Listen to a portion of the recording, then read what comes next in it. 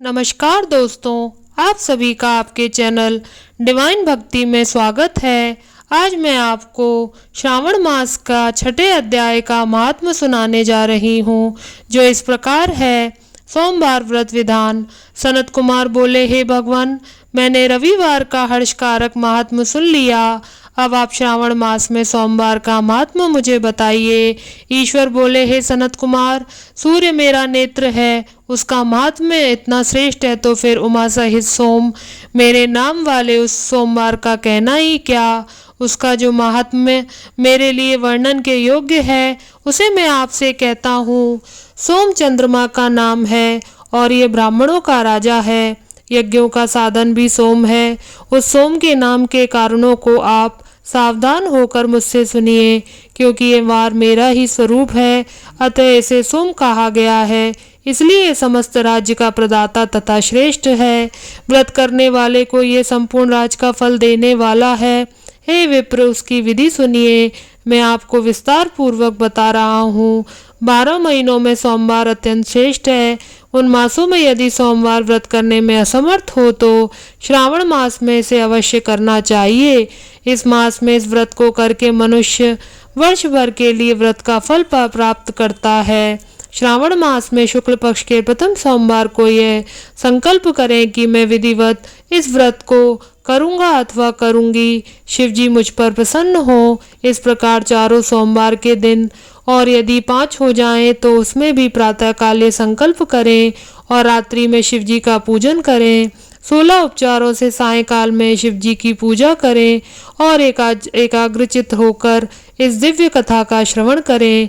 हे सनत कुमार, इस सोमवार की कही जाने वाली विधि को अब मुझसे सुनिए।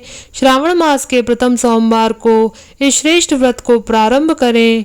मनुष्य को चाहिए कि अच्छी तरह स्नान करके पवित्र होकर श्वेत वस्त्र धारण कर ले और काम, क्रोध, अहंकार, द्वेष, निंदा आदि का त्याग करके मालती, मल्लिका आदि श्वेत पुष्पों को लाए। इनके अतिरिक्त अन्य विविध पुष्पों से तथा अभिष्ट पूजनोपचारों के द्वारा त्र्यंबक इस मूल मंत्र से शिवजी की पूजा करें। इसके बाद कहे, मैं शव भवनाश, महादेव, उग्र उग्रनाथ, भाव, शशि मोली, रुद्र, नीलकंठ, शिव तथा बवहारी का ध्यान करता हूँ।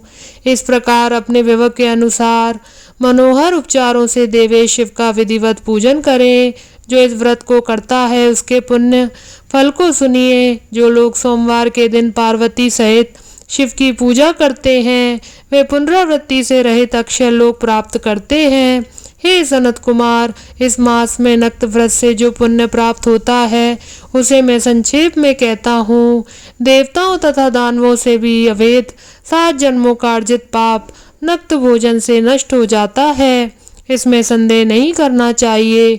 अथवा इस अति उत्तम व्रत को उपवास पूर्वक करें। इसे करने से पुत्र की इच्छा रखने वाला मनुष्य पुत्र प्राप्त करता है और धन चाहने वाला धन प्राप्त करता है।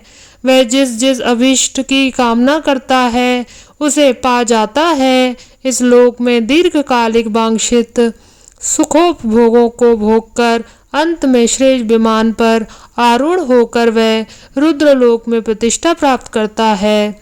चित्त चंचल है, धन चंचल है और जीवन भी चंचल है। ऐसा समझकर प्रयत्न पूर्वक व्रत का उद्यापन करना चाहिए। चांदी के वृषभ पर विराजमान स्वर्ण निर्मित शिव तथा पार्वती जी की प्रतिमा अपने सामर्थ्य के अनुसार बनानी चाहिए। इसमें धन की कृपणता नहीं करना चाहिए। उसके बाद एक दिव्य तथा शुभ लिंगोत्भद्र मंडल बनाएं तथा उसमें 2 श्वेत वस्त्रों से युक्त एक घट स्थापित करें। घट के ऊपर तांबे अथवा बांस का बना हुआ पात्र रखें और उसके ऊपर उमा सहित शिव को स्थापित करें। उसके बाद श्रुति, स्मृति तथा पुराणों में कहे गए मंत्रों से शिव की पूजा करें।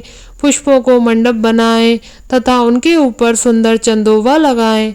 उसमें गीतों तथा बाजों की मधुर ध्वनि के साथ रात में जागरण करें।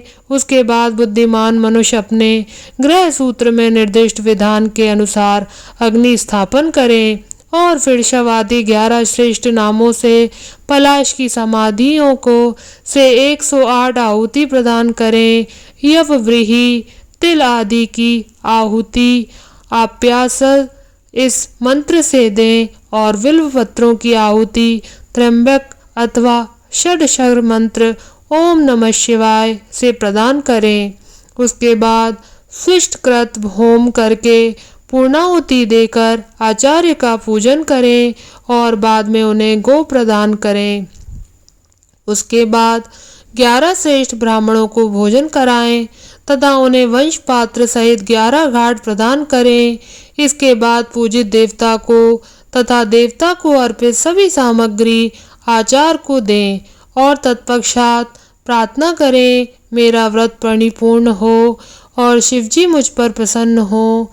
उसके बाद बंधुओं के साथ हर्षपूर्वक भोजन करें। इसी विधान से जो मनुष्य इस व्रत को करता है वह जिस जिस अभिलक्षित वस्तु की कामना करता है उसे प्राप्त कर लेता है और अंत में शिवलोक को प्राप्त होकर उस लोक में पूजित होता है।